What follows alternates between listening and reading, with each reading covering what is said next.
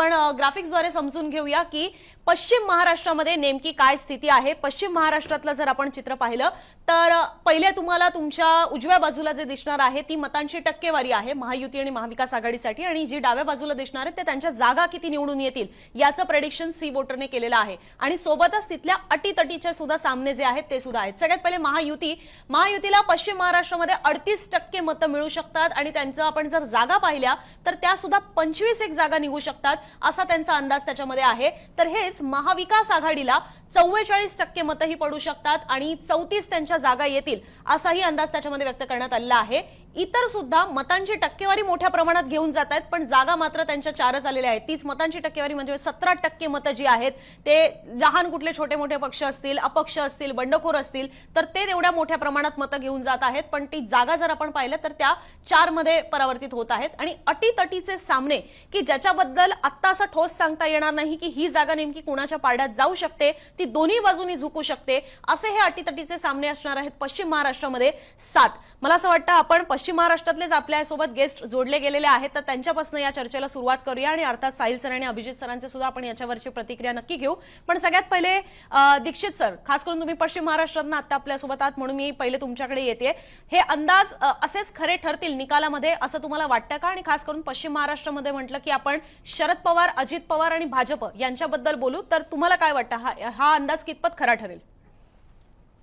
असं आहे की अजितदादांना बराच झटका बसेल असं पहिल्या लोकसभा निवडणुकीनंतरच्या निकालानंतर बोललं जात होतं, पण त्याच्यानंतर पश्चिम महाराष्ट्रातल्या बऱ्याच पत्रकारांशी किंवा जे काही राजकीय कार्यकर्ते आहेत त्यांच्याशी बोलताना जाणवत होतं की बऱ्याच प्रमाणात अजितदादांनी तिथे आपले जुने संबंध सुदृढ करत काम केलेलं आहे। तरी सुद्धा मला शरद पवारांचा क्लाउड त्या भागात बऱ्यापैकी दिसत होता आणि तो बऱ्यापैकी लोकसभेत होता, त्याहून तितका तरी नक्कीच इंटॅक्ट आहे असं वाटत होतं। हा पोल सुद्धा तो क्लाउड कमी झालाय असं दाखवत नाहीये, मात्र अजितदादांना जे जास्त मतं किंवा त्यांना जेवढ्या सीट दाखवलेल्या आहेत किंवा पर्सेंटेज दाखवलेला आहे त्याचं एक कारण मला असं वाटतं की अजितदादांबरोबर गेलेले बरेच आमदार जे आहेत ते प्रस्थापित आमदार आहेत, त्यांनी अनेक वर्ष तिथे कामं केलेली आहेत, काहींची तर पिढ्यानपिढ्या कामं चालू आहेत, अनेक संस्थांशी ते निगडीत आहेत। त्यामुळे इथल्या लोकांना तुलनेने शरद पवारांकडनं जे नवखे आमदार किंवा नवखे उमेदवार आलेले आहेत त्या दोघांमध्ये निवड करताना आपण अनुभवी माणसाला मत द्यावं की काय पुढच्या आपल्या गावाच्या किंवा विकास परिसराच्या विकासासाठी, असं वाटण्याची शक्यता गेले 15 दिवस या भागात फार मोठ्या प्रमाणात बोलली जात होती आणि ती कुठेतरी यात रिफ्लेक्ट झाली आहे की काय असं मला वाटतं की जेव्हा तुलना करायची वेळ येते तेव्हा लोकसभेसाठी पवार साहेबांच्या बाजूने दिलं, लोकसभेशी आमचा फार मोठा संबंध नव्हता, पण आता विधानसभेसाठी जेव्हा आमचा उमेदवार जो काही उमेदवार निवडून जाणार आहे तो आमच्या शिक्षण संस्थांवर काम करणार आहे, तो दूध महासंघात काम करणार आहे, तो साखर कारखान्यात आहे, या सगळ्या ठिकाणी नवशिक्या नव्या माणसाला निवडण्यापेक्षा अनुभवी माणसाला निवडावं अशा पद्धतीचा विचार चालू झाल्याचं गेले 2-3 आठवडे खडकवासलापासून त्या सगळ्या परिसरात ऐकू येत होतं। तर तसा विचार झालाय की काय किंवा तो विचार या पोलमध्ये रिफ्लेक्ट झालाय की काय असं एक मला वाटतं। पण मला अजूनही वाटतं पश्चिम महाराष्ट्र हा महाविकास आघाडीकडेच झुकलेला आहे, त्यांचं त्याच्यात पारडं जड आहे याच्यात काही मला तरी शंका वाटत नाही। त्यामुळे सीट कन्व्हर्जन कसं होईल माहित नाही, पण त्यांचं जे अजितदादांना जे इतकी मत किंवा युतीला जी इतकी मतं दिलेली आहेत त्याच्यामागे हे एक आणि एकमेव कारण मला वाटतं। एवढंच आता। ठीक आहे साहिल सर, आपण लोकसभा निवडणुकांच्या वेळेला म्हणजे माझी सहकारी छाया हिने तो प्रॉपर एक डेटा तयार केलेला होता आणि ज्याच्यातनं आपण पाहिलेलं होतं की महाविकास आघाडीला कुठल्या जागांवर लीड घेण्यात यश आलेलं होतं आणि महायुतीला सुद्धा। तर तो जर डेटा पाहिला तर पश्चिम महाराष्ट्रामध्ये 16 जागांवर शरद पवारांच्या राष्ट्रवादीने आघाडी घेतलेली होती, 5 जागांवर युबीटीने आणि 10 जागांवर काँग्रेसने, म्हणजे 16 आणि 5 21 आणि 10 31 जागांवर पश्चिम महाराष्ट्रामध्ये महाविकास आघाडी आघाडीवर होती आणि ह्या डेटानुसार आपण पाहिलं तर ते आता 34 पर्यंत गेलेले आहेत। हेच गणित महायुतीचं जर पाहिलं तर भाजप 14, त्याच्यासोबत राष्ट्रवादी अजित पवारांची 2 म्हणजे 16 आणि एकनाथ शिंदेची शिवसेना 8 म्हणजे 8-24, 24 जागांवर ते होते, पण ते सुद्धा 25 वर गेलेले आहेत. काहीसा लोकसभेसारखाच निकाल हा आता विधानसभेला सुद्धा रिपीट होतोय. नुसता तेवढाच नाही तर इव्हन 2019च्या विधानसभा निवडणुकीमध्ये शिवसेना आणि भारतीय जनता पार्टीने मिळून सुद्धा 25 जागा जिंकल्या होत्या पश्चिम महाराष्ट्रामध्ये.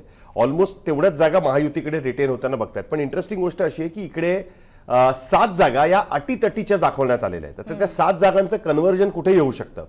जर त्याच जागा महायुतीकडे गेल्या तर ते ऑलमोस्ट इक्वल असतील. त्याच्यामध्ये 34-32चा फरक असेल, जास्त काही फरक त्याच्यामध्ये आपण म्हटला नाही पाहिजे. पण आपण जर वोट शेअर बघितला ना तर आपल्याला क्लिअरली दिसतं की महाविकास आघाडीकडे वोट शेअर झुकलाय.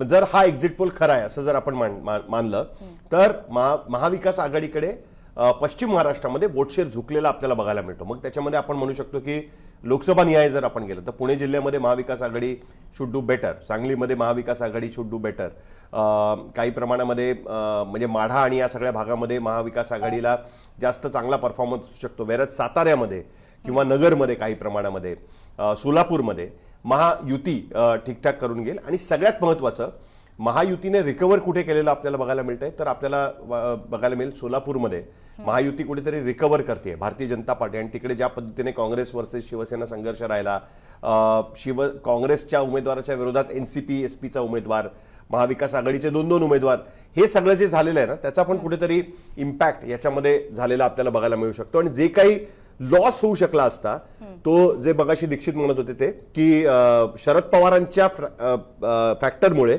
तो लॉस कुठेतरी कमी झाला महाविकास आघाडीचा, हेच आपण त्याच्यामधनं एक अंदाज त्याच्या पद्धतीने मांडू शकतो. पण पश्चिम महाराष्ट्रात मोस्ट प्रॉब्ली महाविकास आघाडीकडे पारडं झुकलेलं आहे असं कमीत कमी या एक्झिट पोलच्या माध्यमातून आपण सांगू शकतो. जर हा एक्झिट पोल खरा निघाला थोडंसं ऍड करायचं आहे मला, ब्रेकअप नेट माहित नाही पण शहरी भागात या पट्ट्यातल्या, कारण इथेही अर्बनायझेशन बऱ्यापैकी आहे, चांगलंच आहे म्हणजे.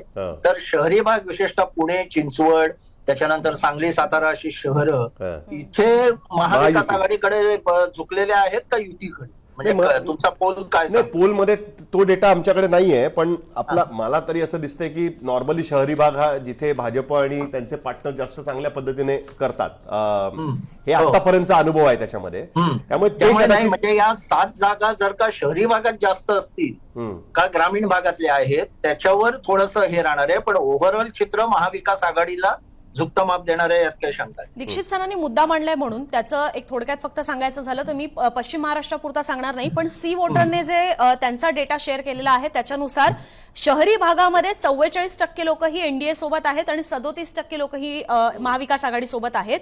आणि हेच जर ग्रामीण पट्टा पाहिला, विलेजेस मध्ये जर पाहिलं तर तीच 41% लोक इंडिया आघाडी म्हणजे त्यांनी एमबीए सोबत दाखवलेली आहेत आणि 38% लोक ही एनडीए सोबत दाखवलेली आहेत. पण हा ओव्हरऑल महाराष्ट्राचा आकडा आहे, हा फक्त एका रिजन पुरता नाहीये.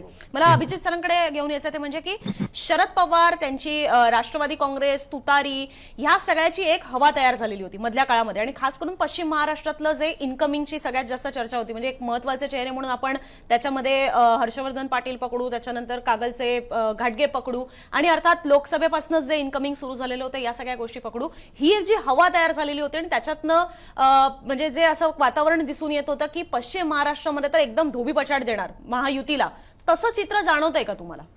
नाही, मला असं वाटतं की तसं चित्र सध्या तरी थेटपणे जाणवतंय असं म्हणायला काही जागा नाहीये. कारण ज्या पद्धतीचे आकडे सी वोटरचे दिसत आहेत तसं काही फार मोठा फरक 70 जागा आहेत आणि आपण बघतोय की 25 आणि 4 जागा इतरांना आणि 7 जागा ज्या अटीतटीच्या दाखवल्या, म्हणजे त्या 11 जागा जर वगळल्या तर 10 जागांचा फरक, 9 जागांचा फरक डिसाईड झालेल्या जागांमध्ये दिसतोय. मग 9 जागांचा फरक आहे, तो फार मोठा फरक आता मानता कामा नये. कारण की अटीतटीच्या लढती आणि इतर हे कुठल्याही बाजूने टिल्ट होऊ शकतात आणि ते त्यांचं जी भूमिका आहे ती निवडणुकीनंतर लक्षात येईल, म्हणजे मतमोजणीनंतर. दुसरी महत्त्वाची गोष्ट जी आहे ती ही आहे की इथं अजित पवार आणि शरद पवार यांच्या पक्षामध्ये थेट लढती होत आहेत. म्हणजे कागलमध्ये थेट लढत आहे, इंदापूरमध्ये थेट लढत आहे. जसं आपण बघतोय की पुण्यामध्ये आलो तर खडकवासल्यामध्ये नाही पण ह्याच्यामध्ये हडपसरमध्ये थेट लढत आहे किंवा वडगाव शहरीमध्ये थेट लढत आहे. या थेट लढतींमध्ये शरद पवारांचं पारडं जड राहतं हा अनुभव आहे. त्यामुळं महायुतीमधल्या ज्या 25 जागा दाखवत आहेत त्या 25 जागा या कदाचित अजून वाढतील. मी कमी होतील असं म्हणत नाही, वाढतील कदाचित, पण त्याच्यामध्ये अजित पवारांचं पारडं किती जड असेल याच्याबद्दल थोडी शंका आहे शरद पवारांपेक्षा. आता उदाहरण घ्यायचं झालं तर रामराजे निंबाळकरांनी शरद पवारांसोबत जाण्याचा निर्णय घेतला, तर दीपक चव्हाण तिथं हमखास निवडून येतील असं बोललं जातंय. वाईमध्ये मकरंद पाटील आहेत, ते अजित पवारांच्या राष्ट्रवादी सोबत आहेत आणि तिथे मोठ्या प्रमाणावरती त्यांना चांगला उमेदवार, मोठा उमेदवार मिळाला नाही शरद पवारांना, त्यामुळे तिथे पण अजित पवारांचं पारडं जड आहे. तर असं मतदारसंघ वाईज, उमेदवार वाईज आणि मला असं वाटतंय की मुद्दे जिथं जिथं बदलत आहेत त्याप्रमाणे तिथली गणितं बदलत जातात. कागलमध्ये तशा अर्थी म्हणजे काही काम केलं नाहीये का हसन मुश्रीफांनी? केलेलं आहे. मी कागलमध्ये गेलो तेव्हा लोक म्हणाले की हसन मुश्रीफांनी काही कमी काम केलं नाही, पण झालं ना आता 6 वेळा. आता नवीन चेहरा देऊया ना आपण, बघूया काय होते. आणि दुसऱ्या बाजूला समरजित घाटगे यांचे विरोधक म्हणत होते काय आहे समरजित घाटगेंकडे सांगायलाच काय आहे, कारखाना आणि संस्था सोडलं तर त्यांनी काय काम केलंय. तर अशा पद्धतीचा प्रचार आहे. आणि मग तिथे जे कॉम्बिनेशन गेल्या वेळेला जातीय समीकरणं जी बांधली गेली होती लोकसभेला, ती तिथं वर्कआउट होतात का, हा महत्वाचा विषय. जिथे मार्जिन खूप कमी आहे लढाईमध्ये, आता गेल्या वेळेला समरजित घाटगेंनी 88,000 मतं घेतलेली होती अपक्ष उभं राहून, आणि यावेळेला हसन मुश्रीफ आहेत राष्ट्रवादीकडून, ते पण राष्ट्रवादीकडून उभे आहेत. आता हसन मुश्रीफांना तिथली भाजपचं केडर आहे ते मतदान करणार आहे का?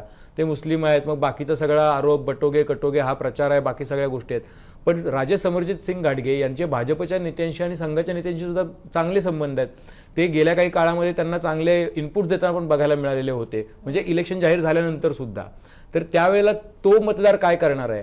तर अशा स्थानिक जे ताणेबाणे आहेत किंवा छोट्या मोठ्या गोष्टी आहेत त्याच्यावरती बरीच गणितं डिपेंड असणार आहेत. आणि पश्चिम महाराष्ट्रामध्ये तशा अर्थी जसा मराठवाडा विदर्भामध्ये सोयाबीनचा प्रश्न आहे, कापसाचा प्रश्न आहे किंवा दुधाचा प्रश्न सगळीकडेच आहे, पश्चिम महाराष्ट्रामध्ये पण आहे, पण हे प्रश्न नाही आहेत. पश्चिम महाराष्ट्रामध्ये ऊसाचा प्रश्न निश्चितपणे आहे, नाही असं नाही आहे, पण तेच राजकारण आहे ना महत्वाचं. समरजित घाटगेंकडे पण कारखाना आहे आणि दुसरीकडे काय कागलच्या हसन मुश्रीफांकडे पण कारखाना आहे, तिकडे हर्षवर्धन पाटलांकडे पण कारखाना आहे आणि भरणेंकडे पण कारखाना आहे. त्यामुळं इथं मकरंद पाटील कारखान्यामुळेच थांबलेत अजित पवारांसोबत, कारण की 1300 कोटी रुपयाचं कर्ज आहे त्यांच्या दोन्ही कारखान्यांवरती मिळून, ते आधीपासूनच आहे पण त्यांनी टेक ओव्हर केल्यानंतरचं सांगतोय मी. तर अशा ताण्याबाण्यांमध्ये तुम्हाला तिथलं ऊसाचं राजकारण करणारे लोक, आता त्यांचा थेट सभासद बांधला गेलेला आहे, 40,000 सभासद असतील, ठीक आहे, विरोध असेल, प्रॉब्लेम असेल, पण तो सभासद म्हणतो कारखाना टिकला पाहिजे तर आम्ही टिकू, तर आम्ही वाचू, नाहीतर इथून ऊस घालायला इतक्या लांब कोण जाणार. तर असे जे छोटे मोठे मुद्दे आहेत हे निवडणुकीमध्ये खूप काम करतात. जसं दीक्षित सर म्हणाले ती बाब अत्यंत बरोबर आहे की लोकसभेला एक लार्जर पर्स्पेक्टिव्ह असतो आणि विधानसभा येता येता तो खूप नॅरो होऊन जातो. त्याची जात उमेदवाराची, त्याचा प्रभाव, त्याच्याशी आपलं असलेलं काम, त्याला आपण जोडलं गेलो असणं. आणि दुसरी महत्वाची गोष्ट म्हणजे या सगळ्यामध्ये एक शेवटी एक बुस्टर म्हणून जो लागलेला आहे तो लाडक्या बहिणीचा बुस्टर लागलेला आहे आणि तो लाडक्या बहिणीचा बुस्टर सुद्धा तिथं काम करू शकेल. पण म्हणूनच इलेक्शन अटीतटीची झाली आहे ना. जर तुम्ही धरून चाला की या सगळ्यामध्ये लाडकी बहीण नाहीये किंवा धरून चाला की या सगळ्यामध्ये संघ ज्या ऍक्टिव्हली कार्यरत झालेला आहे या सगळ्यामध्ये तो नाहीये, तर मग या इलेक्शनमध्ये काय चित्र राहिलं असतं? या इलेक्शनचा मला असं वाटतं की युएसपी काय असेल तर तो लाडकी बहीणच या इलेक्शनचा युएसपी राहिला आहे आणि तो जिकडं टिल्ट होईल तिकडं थोड्याफार फरकाने इलेक्शन टिल्ट होईल. माहित नाही की जागांमध्ये कन्व्हर्जन किती होईल, पण असं साधारणतः चित्र दिसते. मला यावरूनच प्रेक्षकांना आठवण करायची आहे. मी येते दीक्षित सर, मला यावरूनच प्रेक्षकांना आठवण करायची आहे अभिजितला. नाही, आपण विभागनिहाय आपण पहिले करून घेऊया आणि आपण ओव्हरऑल येईल त्यावेळेला मग या सगळ्या मुद्द्यांवर. याच भागामध्ये मराठा कन्सॉलिडेशन हा कितपत मुद्दा होता मला माहित नाही. म्हणून मराठा कॉन्सॉलिडेशन हा जरांगे पाटलांचा इम्पॅक्टच्या म्हणजे अनुषंगाने आपण जर बोलत असू तर तो तितका मोठा मुद्दा महाराष्ट्रातल्या पश्चिम महाराष्ट्रामध्ये नव्हता, पण तो पश्चिम महाराष्ट्राच्या नगरमध्ये होता आणि सोलापूरमध्ये होता. या 2 जिल्ह्यांमध्ये तो प्रामुख्याने बघायला मिळाला, पण तो साताऱ्याकडे आल्यानंतर तेवढासा प्रभावी ठरत नाही. कोल्हापूर आणि सांगलीमध्ये तर अगदीच प्रभावी ठरत नाहीये, म्हणजे 10, 15, 20% त्याचा इम्पॅक्ट असू शकतो, पण सोलापूर आणि नगरमध्ये तो बऱ्यापैकी इम्पॅक्ट करणार आहे हे मात्र नक्की. असेंब्ली सेगमेंट सोलापूरमध्ये आपल्याला पण काही लोक भेटलेले होते जे म्हणालेले होते की जरांगेने आम्हाला सुद्धा काही मेसेज पोहोचवलेले आहेत. पण तुम्ही लाडक्या बहिणीचा उल्लेख केला, त्याच्यावरनं मला आठवण करून द्यायची प्रेक्षकांना की हा आकडा अजून समोर आलेला नाहीये की नेमक्या महिला मतदार म्हणजे एक्झिट पोलमध्ये की नेमक्या महिला मतदार या कुणाच्या बाजूने आहेत. तर ज्या घोषणा करण्यात आलेल्या आहेत त्याचा फायदा हा महायुतीला होतोय की जी वचननाम्यामध्ये आश्वासनं दिलेली आहेत त्याच्यावरनं महिला मतदार तिथे सुद्धा वळतोय. याचं चित्र सुद्धा आम्ही तुम्हाला याच एक्झिट पोल मधनं थोड्याच वेळात मांडणार आहोत. तुम्ही आमच्यासोबत असेच हे लाईव्ह बघत राहा.